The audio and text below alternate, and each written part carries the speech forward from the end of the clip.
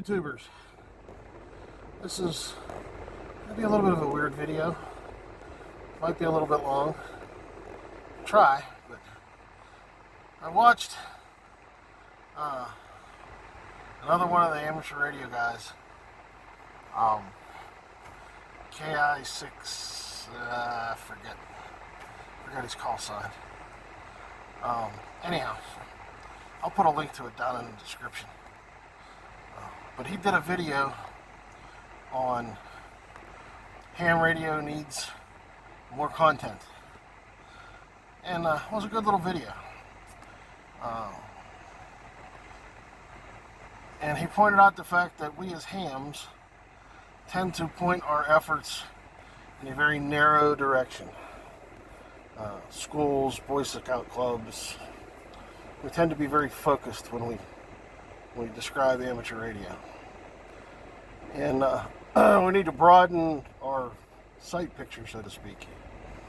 And a way to do that is through social media, YouTube, Facebook, Instagram, things like that. And I've always kind of wondered where I went wrong with some of my videos, being that I started this. Kind of really didn't have a direction for this channel. So I put a little bit of thought into it. Not much, because there's nothing up here to think with.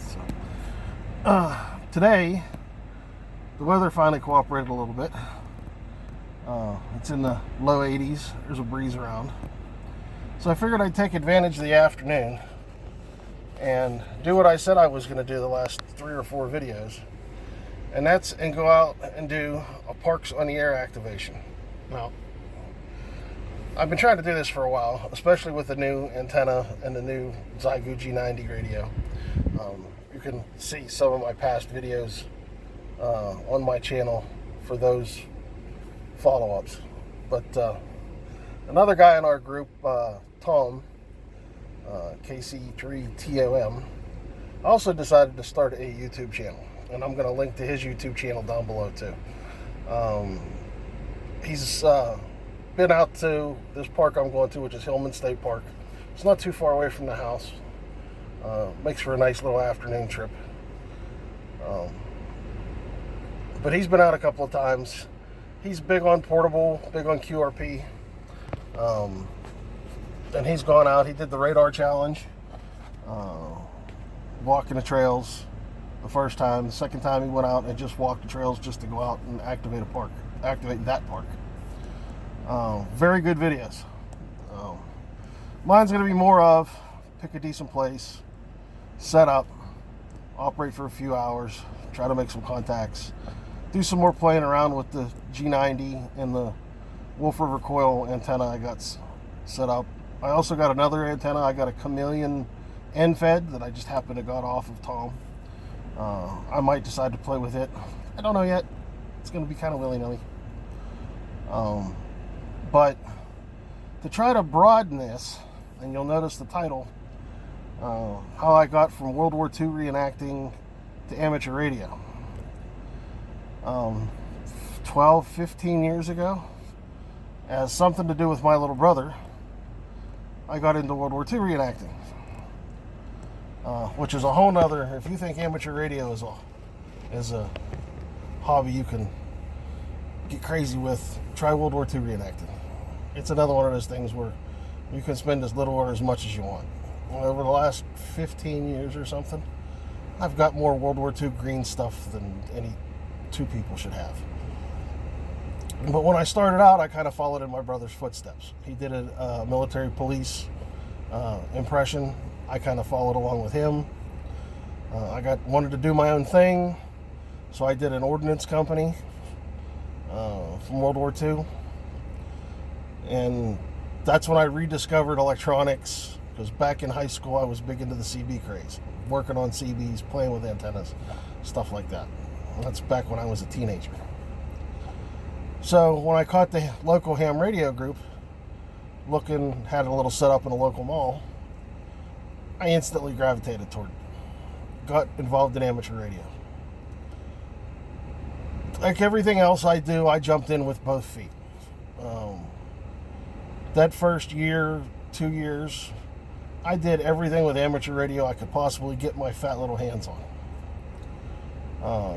2 meter portable, 2 meter mobile, put a 2 meter in the house. Played around with 10 meter. Quickly outgrew my technician class license, although the 2 meter 440 had an allure to it because I was also involved in public safety. So I definitely had the VHF UHF bug already. Upgraded my license that fall. I upgraded my license to a general class, which is what I'm at now. Just so I could do HF. Picked up, and this is kind of going to be for hams that are just starting out too. So my first radios, when I got my tech class, I started out with the Bofang UV5R, which is still out there, which is still available. They're dirt cheap, 25, 30 bucks, dual band, 2 meter 440. For getting started, you can't ask for anything better. And I have zero budget for this, okay? I still have zero budget for all of this.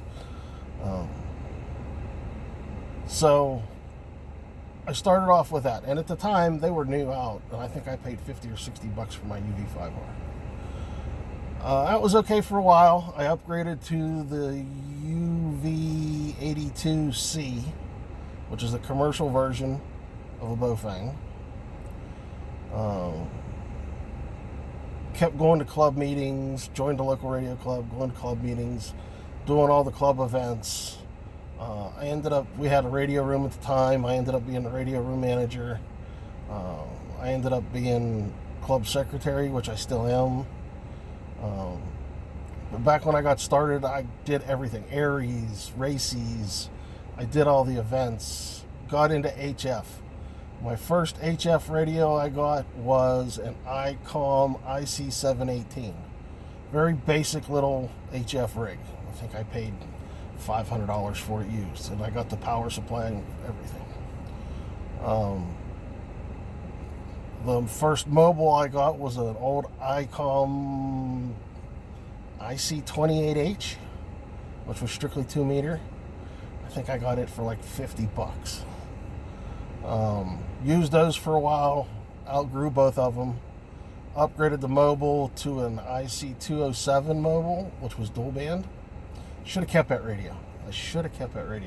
I ended up selling that radio to another club member who still runs it to this day, and that was how many years ago.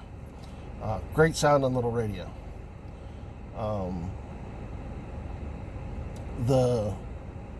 Went from the IC207 to an Alinco DR635, brand new. Was my first brand new 2 meter mobile rig, which I still have to this day.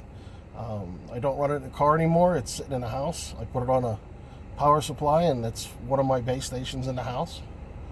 But I still have that Alinco radio. It's a dual band radio. I've had more mobiles than I care to shake 2 sticks at. Being involved with public safety, a couple of the guys in the club were big Motorola guys. So naturally I gravitated toward the Motorola stuff, the commercial gear. Found out that you can pick up nice Motorola commercial gear used for about the same price you can buy decently used amateur gear. So I ended up with a Motorola XTS 1500 in 2 meter handheld.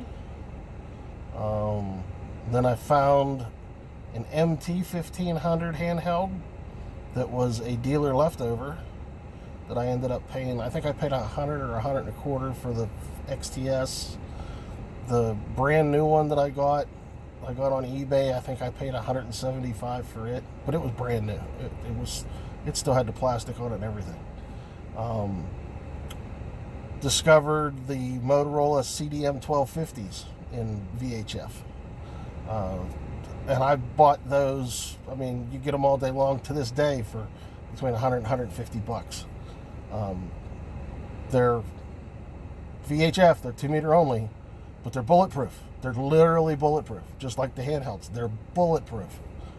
And I swear Motorola puts magic pixie dust in these things because they do things regular radios don't do. They work in places regular radios don't work. There's bat wing magic dust in those things or something. But if you want to go the commercial route, the Motorola's are definitely an option. I'm up to, well, I'm in my Jeep right now, and I've got a CDM 1250 VHF in here. I've got one in my police interceptor because I'm a state constable in Pennsylvania, so I have one in there. Both of them, well, matter of fact, all my CDMs are all programmed with all my amateur frequencies, all my public safety frequencies. So one radio does it all for me because here in Washington County, everything's on VHF. So I'm fortunate I can put all my public safety frequencies and all my amateur frequencies in one radio. The only exception to that is here in the Jeep, because I take the Jeep for Aries and racy stuff. I bought, at a local Hamfest, I bought a Zastone D9000 dual band. I got it for, I want to say $200 or something. It's kind of an ICOM clone dual band. But the big bonus to it, other than being dual band, is it's got a built-in crossband repeater in it.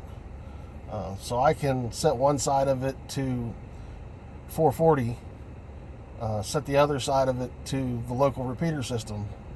And as long as I can take a little handheld and talk to my car, then I can take a 5-watt handheld on UHF, talk to my car will repeat it on VHF to the repeater system. And I can pretty much hit the repeater system with 50 watts out of the car anywhere. So down in Little, and we're a pretty rural area. Southwestern Pennsylvania is kind of hilly, to say the least. We have hills. So having that cross-band repeat is a really nice feature. Supposedly the Zastone does same band repeat. I haven't played with that yet. I haven't found the need to. But the crossband repeat I've used a lot, and it's super simple. It's super simple. But I've got Motorola's and my Zastone and my Alinco to this day. As far as HF, I graduated from my IC 718 to a Yaesu 450A. Or no, it was just a Yaesu 450. And it didn't have an auto tuner in it. And a friend of mine had a Yaesu 450D, which was the newer Rev, with the nice backlights, with a nice auto tuner in it. So I sold my older model 450 to buy my new model Yaesu 450D. And that's a radio I still have to this day. Does everything I want it to do. Does more than enough. Antenna-wise, my HF antenna is an NFED. I live on a lot in town, although we're just a little town. But I don't have much property to put up a big antenna. So I've got an NFED. You can build an NFED. I bought mine. I think it was $100. You can build one for $40. The clubs built them. It's just a toroid with wound to be a transformer in a electrical 4x4 weather tight box. $20-$30. Piece of wire on the end of it. My NFED works great. My 2-meter antenna, my 2-meter 440 is a J-pole, made out of aluminum rod, 3/8 rod. I have that on the back side of the house. My NFED's probably 20 feet in the air, 25 feet in the air, horizontal. I talk all over the place. I got the G90 because I wanted to do a portable setup. Been thinking about doing a portable setup. Just haven't found the right radio until now. This G90, once again, I say it every video that I talk about this thing. This G90's a heck of a little rig. But I'm still tinkering with my setup. But I've got it in the back of the Jeep. We're going to go play with it here. We're going to do a POTA activation. And I know I'm kind of rambling on a little bit here. But I wanted to do it for the new hams that got in. But ham radio kind of lent itself to the World War II reenacting part of it, because I got out of the Signal Corps, did the ham radio thing, found out having two expensive hobbies was hard on the wallet. So I said, well, let me stop doing an ordnance company and let me do a Signal Corps company. So now all my World War II displays are a Signal Corps company, which is, hey, radios. Works out great, right? My World War II stuff's all radios. My ham radio stuff's all radios. There you go. See? 2 birds, 1 stone. So now I'm on the kick of, and everything I've mentioned up until now is stuff that I got when I was starting. So when I decided to do the World War II Signal Corps impression, that went down a whole nother rabbit hole. So I started buying World War II radios. I got BC 508s. I've got the test equipment, the meters, I'll have to show you. And I found them in varying conditions. The ones that work, I clean up and I put them on display. And I'll show you my display here. I'll kind of drop it in over top of this, but you'll see my display's just a table with all my gear on it. You'll see my tank radio, which is the 508. You'll see my GRC9, which is a late radio that's sideband. The majority, if not all, of the World War II radios are all AM. There were a couple of sidebands. There was some VHF. I've got some meters. I've got some test equipment. I've got a radar tester for when radar came out. Found one of those at a ham fest. I've got a nice 235, BC 235 receiver. That is my latest project that I want to get working. I've built antennas. I've bought antennas. But yeah, the World War II reenacting, doing the Signal Corps, kind of, I don't know which, it's kind of like the chicken or the egg, which came first, ham radio or World War II. I think it was a necessary transition of both. But yeah, they both go together perfectly. I don't know if you can kind of see behind me, but that's why in my videos, if you look back at my channel, you see all these videos on us, my brother and I, resurrecting this World War II CCKW truck. Well, that's why. Because and I'll try to put a picture of it up here too, I have a Dodge, a 1943 Dodge WC-63 weapons carrier. Matter of fact, if I turn the camera the right way here, you can kind of sort of, maybe it's back there somewhere. You can probably see the tail end of it, but I can't tell because I'm doing this in my car. Nope, it ain't that way. It's back there somewhere. No, it's that way. Oh, there it is, right there. It's in the back window. There it is. So there's my WC-63. So, and there's all the stuff I'm taking for the POTA activation. So, the end-all, be-all result of this is going to be, once the CCKW is done and on the road, we're going to take that thing off the road. It just needs some body work and some paint done to it. Mechanically, it's fine. So we don't need to do a frame-up restoration on that one, like we're doing to the CCKW now. But the bigger plan is, once we get the body on that one fixed, we're going to turn that one into a Signal Corps truck. So instead of being a cargo body like it is now, we'll put a bunch of radios on that thing and a place to sit, and that's going to turn into be a broadcast truck. That's why you'll notice at the beginning of my videos there's a CCKW with a box on the back of it that says Army Air Corps Mobile Broadcasting Unit.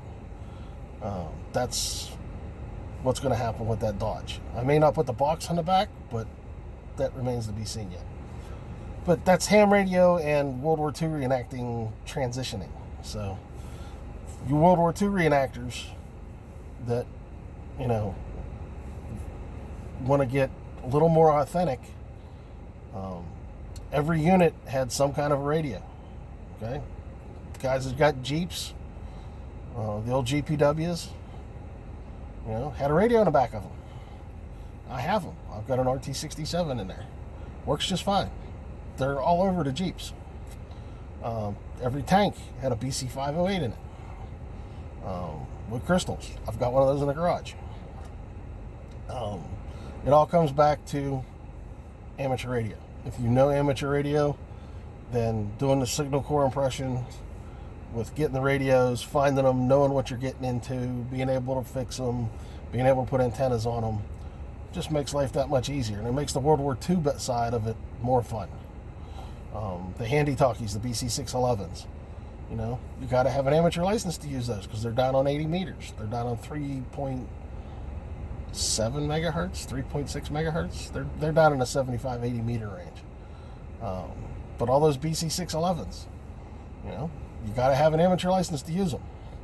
So you can buy all these World War II radios, fix them up, have the knowledge to fix them up, get antennas on them, and then actually use them because you have the license to use them. So there you have that.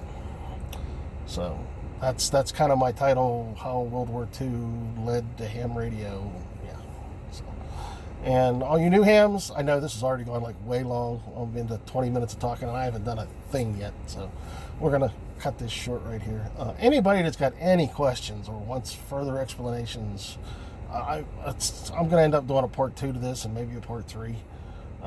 Because I'd love to show you the World War II gear that I have that's in the garage. I have to dig it out, but I'll drop some pictures in here randomly if I haven't already to show you what I mean. It's a blast. I love it. Love doing the World War II stuff. I like doing the ham radio stuff. But all you new amateurs that are out there, I hope I gave you some more information. Feel free to contact me, comment below. My email's in every one of my descriptions. Send me an email. If I can't get you an answer, the club that I belong to, the AM radio club that I belong to here in Washington County, is full of a great bunch of guys. Tom, I think he's Tango Oscar Mike 73 is his YouTube channel. Once again, I'll post that in the link down below. But yeah, Tom's a great guy. You'll see that when you watch his videos. Everybody's super smart. Everybody's involved. We got a real good core group of guys. If I can't find it out, I can get the answers. If you happen to be around southwestern Pennsylvania, somewhere around the Washington, Pittsburgh area, jump on our 2-meter net we have every Tuesday night. We've got 5 repeaters interlinked. We cover 3 states. 146.79 open POTA. If you're around, that's the City of Washington repeater. Look up the K3 PSP repeater system. If you're anywhere close to any of those repeaters, plug them into your 2-meter radio and hop on and say hi. And if you say hi to me, that's great. If not, that's fine too. But full information. We're always doing something. So anyhow, all right, enough blabbing. Let's go. I gotta get some gas in the Jeep. And let's go activate a park, shall we? I got, just to let you know what we're doing, or what I'm doing, I got the G90, I got the Wolf River coil with the Mega base. I've got some batteries. I've got my tablet for the logging software. I got a little tarp to put up because somewhere my Easy Up is gone. So I got a chair, and yeah, we're gonna go see what kind of damage we can do. So for you it'll be a split second. For me it'll probably be about an hour because I gotta stuff in the gas and everything. So Hang on, we're going for a ride. Okay, I am at Hillman State Park. It's been a couple hours. My first site didn't pan out, so I had to drive around to find a second site. But as you can conspicuously see, I am under shade beside my Jeep. And let's see if I can do this. Maybe not. So I got the Wolf River Coils TIA 1000 with the Mega Base sitting out there. I'm sitting under here with a semi-cold beverage with the G90. I've stuck the analyzer on it, a couple of batteries. I got the tablet for some logging, and we're going to try this. So let me get the tablet fired up and I'll bring you back. CQ POTA, CQ POTA, CQ Parks on the Air. This is Kilo Charlie 3 Echo Kilo Zulu from Hillman State Park, K1360, calling CQ and listening.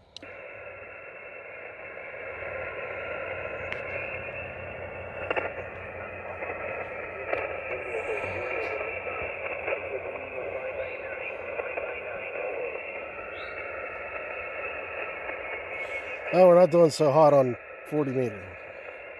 Got what, 3? CQ POTA, CQ POTA, CQ POTA. Kilowatt Charlie 3 Echo Kilo Zulu. Hillman State Park, K1360, calling CQ and listening. Kilowatt India 4 Papa. Kilowatt India 4. The Kilowatt India 4 again?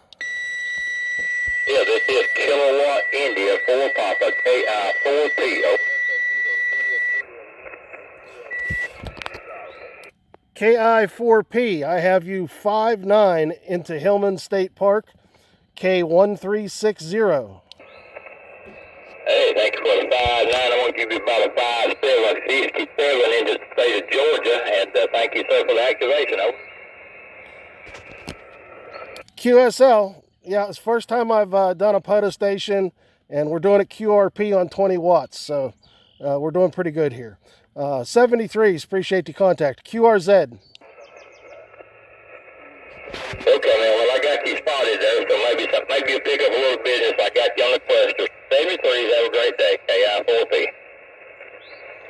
Appreciate the spot. QRZ, Kilo Charlie 3 Echo Kilo Zulu, for Parks on the Air.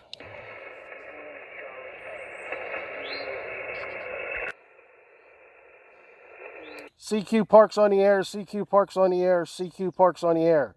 Kilowatt Charlie 3 Echo Kilo Zulu from Hillman State Park, K1360, calling CQ and listening.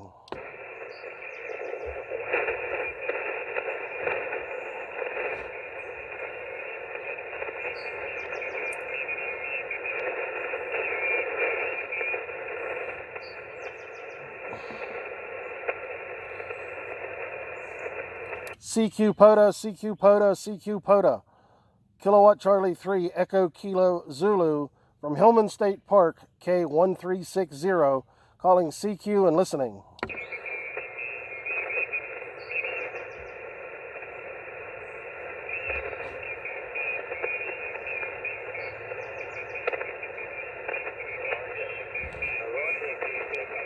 I'll have to change my battery up pretty soon. That battery wasn't charged.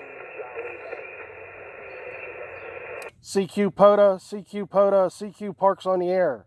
Kilowatt Charlie 3 Echo Kilo Zulu from Hillman State Park, K1360, calling CQ and listening.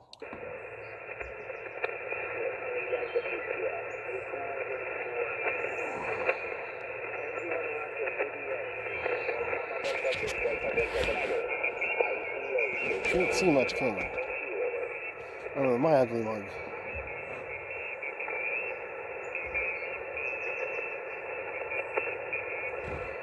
CQ Parks on the Air, CQ Parks on the Air. Kilo Charlie 3 Echo Kilo Zulu from Hillman State Park, K1360, calling CQ and listening.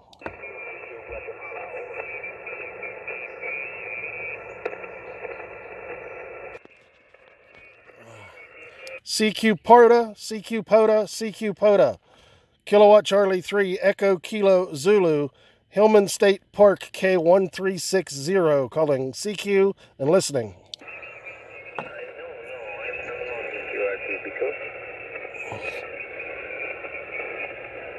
We got this logging software running on the tablet. Only the one from the radio icon.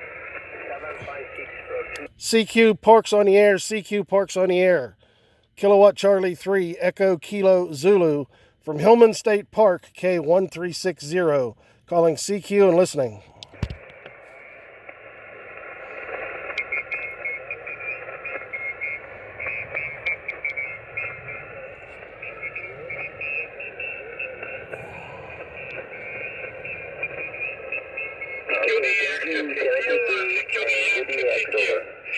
Papa Tango 7, Bravo, India. Great. Papa Tango 7, Bravo, India. Calling to the standby. The stage frequency is in use. The frequency is in use. Matthew call over. CQ Parks on the air, CQ Parks on the air. Kilowatt Charlie 3, Echo Kilo Zulu, Hillman State Park, K1360, calling CQ and listening. 7, over. Whiskey 5, Quebec Charlie. Oh, thank you, 73. Good year, over. Whiskey 5, Quebec Charlie. Whiskey 5, Quebec Charlie. I have you 5-7 into K1360. QSL to 5-7. You are also 5-7 in the state of Arkansas. Alpha Romeo, name is Steve. Sierra Tango Echo Victor Echo. QSL, Steve. Appreciate the contact. Delta Charlie Zero, Oscar Roscoe. I copy you 5-7. Good evening, over. EK3, did you get my info? QSL, Steve. Yep, I did. Sure did. I got it. Did you get K1360? Roger. Delta Charlie. Thank you much, 73, and stay safe. I see. 73, Steve. Take care. QRZ, KC3EKZ. Good weekend. I have just moment to the problem because QSB is signal. Thank you very much. CQ Parks on the air, CQ Parks on the air. Kilowatt Charlie 3, Echo Kilo Zulu, from Hillman State Park, K1360, calling CQ and listening. Beaming from North America. Radio Golf from Echo Uniform 031, over. CQ POTA, CQ POTA, CQ POTA. Kilowatt Charlie 3, Echo Kilo Zulu, from Hillman State Park, K1360, calling CQ and listening.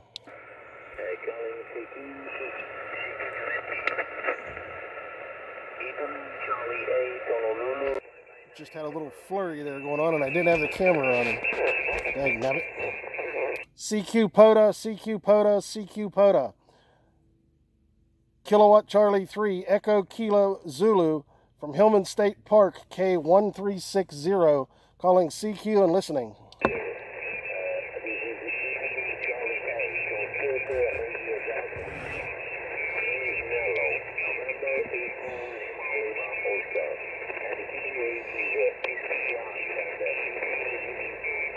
CQ Parks on the air, CQ Parks on the air. Kilowatt Charlie 3, Echo Kilo Zulu, from Hillman State Park, K1360, calling CQ and listening. Kilo Bravo 2, Foxtrot Mike Hotel. Foxtrot Mike Hotel. Kilo Bravo 2, Foxtrot Mike Hotel. 5-8 into Hillman State Park, K1360. Thank you, sir, for that park. It's a new one. You're about a 5758 to me, 5758, but that's just conditions here in New York. But thanks a lot for the new park. Enjoy the activation. 73s, yeah, we'll take that. We're running on a QRP side. We're only running 20 watts portable here, so well, 5.7, 5.8, I'll take that all day long. 73s, appreciate the contact. All right, 7-3. Good luck. QRZ KC3 EKZ.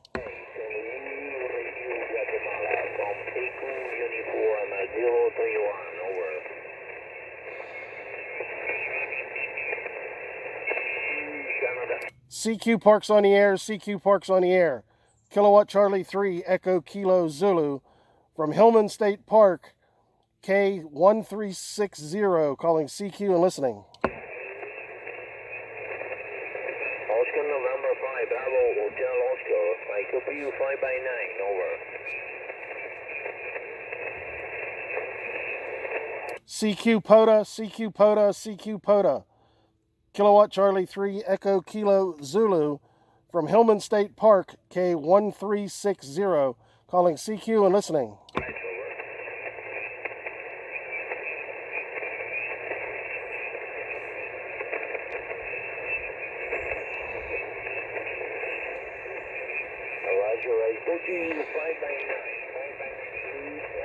CQ Parks on the air, CQ Parks on the air. Kilowatt Charlie 3 Echo Kilo Zulu from Hillman State Park, K1360, calling CQ and listening.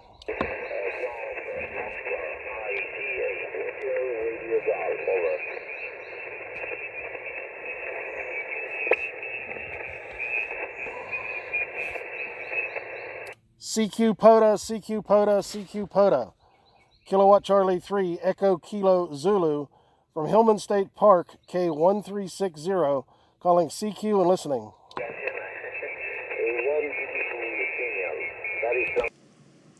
So that's the highlights of my POTA activation. Kind of stopped abruptly. As you could tell there at the tail end, the DX was starting to move in on the long distance stations, and they were louder than the locals. Plus the heat was starting to creep up there between band conditions and me being out there. Even that tarp kind of didn't help. I'd had enough, so I packed it in not too long after I cut that video off. But yeah, I ended up with about 15 contacts. So I just have to submit my log to Parks on the Air. So I'd call that a success. We drove out to the state park. Got everything set up. I was pretty much prepared to do what I wanted to do. Had a little monkey wrench thrown at it, but we found another spot and got it done. I didn't get to play with that end fed. I really kind of wanted to do that. Wasn't prepared to do that. Had I gotten my original site, I probably would have, but being that I had to fall back to a different alternative site, I found out that I was missing some gear to get the antenna in the air. I will resolve that for the next time. I think the next time I'm going to do there's another park just across the Pennsylvania-West Virginia line that's not too far from me. It's a game preserve that I didn't know about. I've lived here all my life and didn't know about it. But I think I'm going to try that park activation next. I'm going to do a little investigating, a little scoping it out. But yeah, I think I might try that one next. It's about 12:30 Saturday morning. And here my next video will probably be another CCKW truck video. Because that's what I do on Saturdays. But just to finish this one up, successful activation.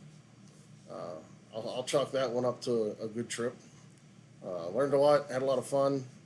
Got to remember to charge my batteries. I killed a battery while I was up there. Luckily, I had 3 more, so I had plenty of power. My little shelter worked out real well. My table, my chair, everything seemed to work out really well. So we'll call that a success.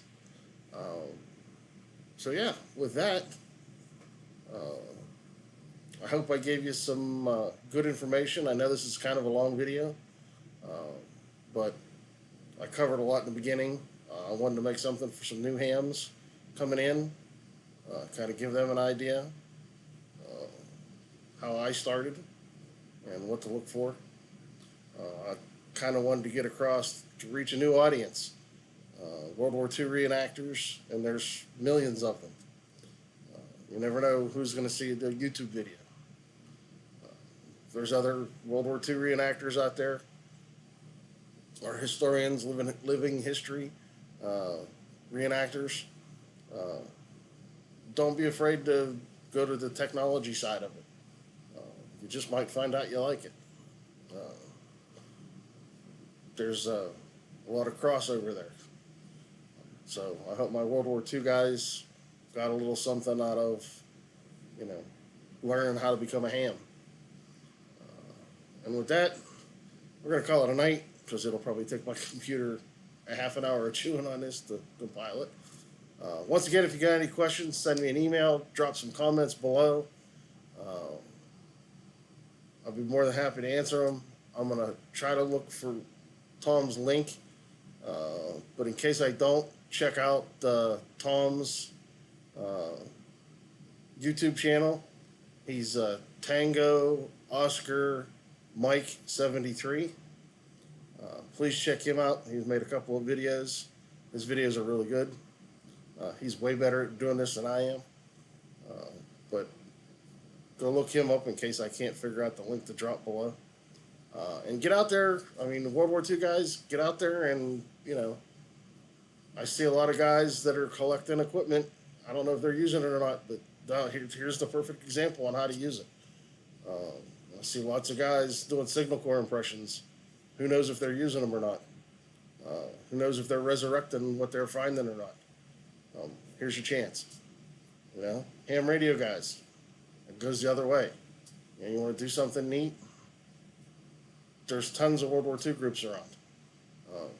Maybe World War II, old style AM, single sideband stuff is, you know, tube radios, antique radios, or you want to get into that. Hey, go for it. So once again, subscribe to my channel. I'd appreciate it. I'll put that link. I always do this backwards.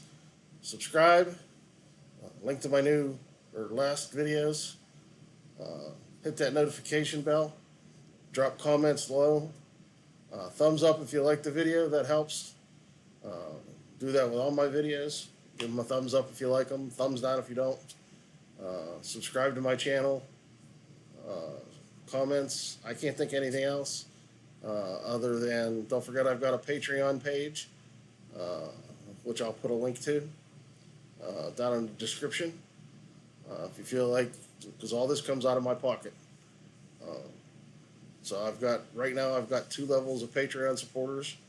One is for the beer fund, and another one is I forget what I called the other one. Well, it's like $5 and $10 or something. If you want to donate to it and become a Patreon, that's fine. If you don't, that's fine too. It's just something to try to help offset the cost of this. Because I pay for all of this. And Sean pays for all the truck stuff. So I am not sponsored by anybody. So all the items that you've seen me flash pictures up of or talk about, they're all unsponsored. That's the equipment that I've shown in this video is all stuff I've had personally. It's exactly how I started. I am not sponsored by any means. So if you want to donate, I am going to do something special for my Patreon supporters.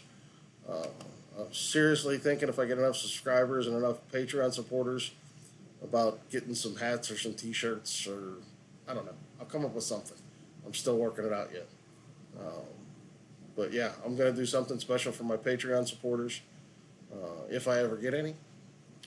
The subscribers, I think I'm up to 30 or over 30 now. So for those of you that are subscribing, thank you. I love subscribers. But yeah, have a great evening. 73's to all my ham radio guys. Look for the next video to be on CCKW. I think we're doing tires and wheels tomorrow, or later this morning. But yeah, that'll be forthcoming here shortly, probably before Tuesday. But yeah, that's what it is. Take care, be safe. Weird year. Weird year. But anyhow, we'll see you on the next video. Thanks for watching.